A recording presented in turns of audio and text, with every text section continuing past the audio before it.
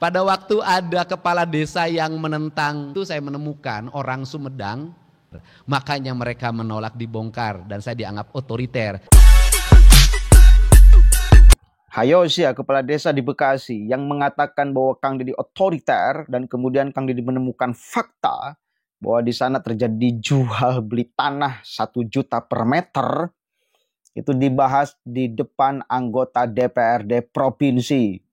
Sekaligus beliau berbicara tentang Bank Jabar. Ini menarik sekali untuk kita sebagai orang Jawa Barat. Yang saya pribadi nggak pakai Bank Jabar. Kenapa? Karena ya masih mending pakai BRI.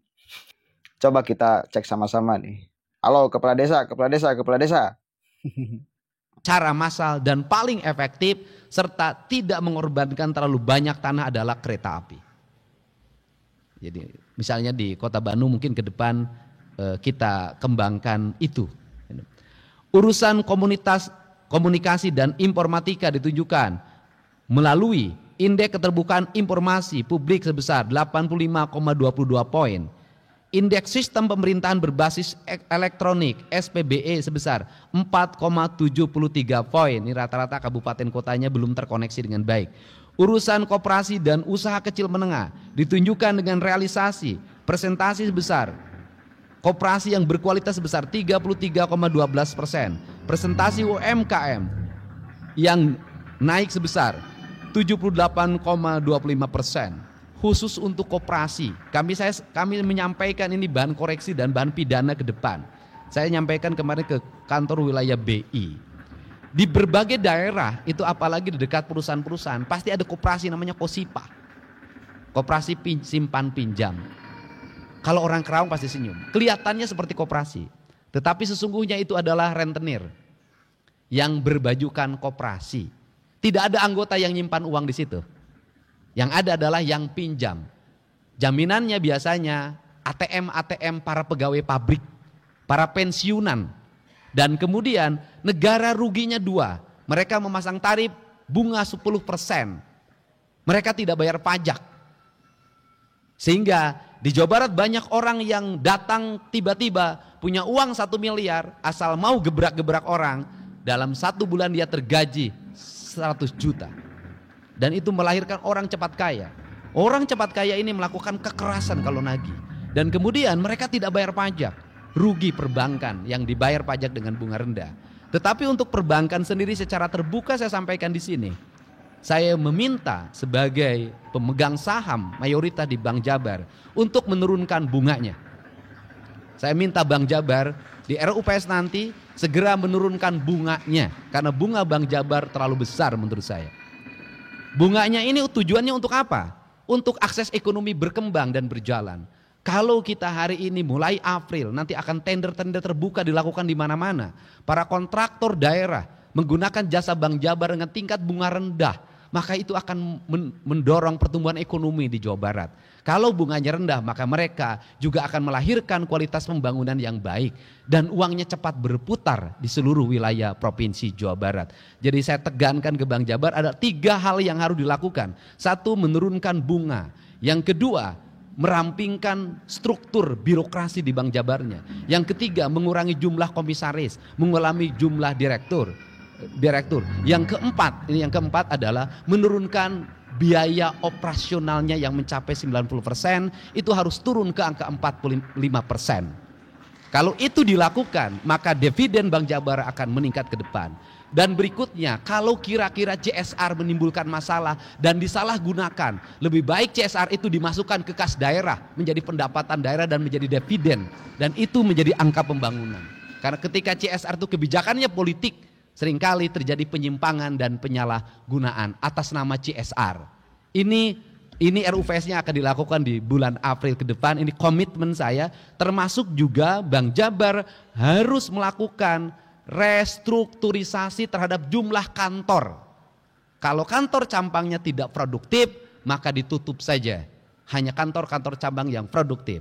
Dan kemudian titik tekannya adalah pembangunan, pengembangan, fasilitas yang baik justru harus ada di kantor-kantor cabang. Saya tidak meridoi lagi Bank Jabar membangun menara di Jakarta yang tidak ada manfaatnya bagi pelayanan terhadap masyarakat. Urusan penanaman modal ditujukan dengan nilai realisasi investasi sebesar 251,14 triliun rupiah dan indeks kepuasan masyarakat terhadap pelayanan perizinan 91,81 poin. Saya sampaikan di Jawa Barat ini lebih banyak pabrik yang masuk dan menyerap tenaga kerja dibandingkan jumlah orang yang di PHK. Ini yang harus jadi catatan penting. Urusan kepemudaan dan olahraga ditunjukkan dengan realisasi 1. Angka partisipasi kepemimpinan pemuda sebesar 36,67 poin. Angka partisipasi masyarakat berolahraga sebesar 61,40%. Peringkat Jawa Barat pada multi event nasional termasuk peringkat 1 ya, juara PON ya. Urusan statistik ditunjukkan dengan tingkat kematangan penyelenggaraan statistik sektoral 3,07 poin. Urusan persandian ditujukan dengan indeks keamanan informasi yaitu indeks kami dengan 642 skor. Urusan kebudayaan, nah ini sandi ini yang paling dekat, yang paling banyak dipakai adalah sandi menjelang lebaran. Kalimat sandinya begini, ayak meren, itu sandi itu. Ini saya jelasin ya. Pada waktu ada kepala desa yang menentang ketika daerah aliran sungainya di Gabus Bekasi itu dibongkar. Saya menyatakan ke kadesnya, oh ini nggak ada sewa-sewaan segala macam. Saya katakan ayak meren. Ternyata 2 hari setelah itu saya menemukan orang Sumedang tinggal di bantaran sungai itu membeli tanah di daerah aliran sungai itu sewa 1 juta per meter. Dia sewa 7 juta per meter per tahun. Jadi bantaran sungai itu kenapa penuh dengan rumah, dengan toko, ayak meren. Itu bayangkan kalau di Bekasi itu ada 1000 bangunan kali 1 juta, berapa puluh miliar itu uang yang beredar. Makanya mereka menolak dibongkar dan saya dianggap otoriter karena ayak merennya terganggu. Oke. Bangga gak sih kita punya gubernur kayak gini? Matang di segala bidang. Urusan perbankan sampai hafal, paham. Urusan kemudian bantaran, kali, Bekasi, pertanahan, dan lain sebagainya. Ngerti beliau. Problemnya tahu dan lain sebagainya. Dan beliau akan memperbaiki Bank Jabar. Coba bayangkan, seandainya Bank Jabar ini digunakan untuk yang minimal membantu masyarakat Jawa Barat. Bukan minimal, seharusnya membantu masyarakat Jawa Barat di dalam mengadakan modal misal. Ya, jangan kalah sama bank-bank yang lain. Bunganya harus lebih rendah. Ya, sosialisasi kepada masyarakatnya juga harus lebih masif. Kantor-kantor cabangnya di berbagai wilayah harus ada. Ya, saya yakin juga masyarakat akan menggunakan Bank Jabar sebagai alat untuk transaksi dan bahkan menyimpan duit. Ya, selama ini kan saya yakin juga banyak orang yang nggak tahu Jawa Barat itu punya bank sendiri, Bank Jabar Banten. Ya, karena yang pertama sosialisasinya entah, kita nggak tahu. Yang kedua nggak tahu di semua tempat apakah ada kantor cabangnya dan lain sebagainya. Kemudian yang ketiga, apa spesialnya Bank Jabar untuk orang Jawa Barat dengan bank-bank yang lain? Kan mestinya ada spesialnya dong. Khusus untuk warga Jawa Barat dan Banten, Bank Jabar ini ya menawarkan kemudahan, keringanan dan lain sebagainya. Silahkan masyarakat. Barangkali mau, kan gitu. Kalau bunganya lebih tinggi daripada bank-bank yang lain, ya wis diabaikan. Bahkan tidak kenal Jawa Barat punya bank sendiri, masyarakat itu. Begitu ya, Pak Kades disentil tuh sama Gubernur Jawa Barat. Karena beliau itu orang yang turun ke lapangan. Akhirnya tidak akan bisa dibodohi. Insting beliau itu kuat sekali loh, instingnya.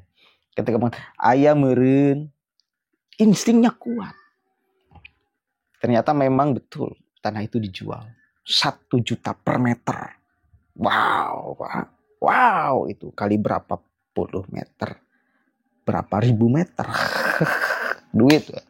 Yakin nggak? Nggak ada pemasukan ke desa? Yakin? Serius? Nggak ada pemasukan kepada kepala desa? Ayam meren. Makanya wajar dikatakan Kang itu otoriter dan lain sebagainya. Ayam merinya terganggu ternyata. Allahumma fiqh lakum min thariq Allahu a'lam bishawab. Assalamualaikum warahmatullahi wabarakatuh.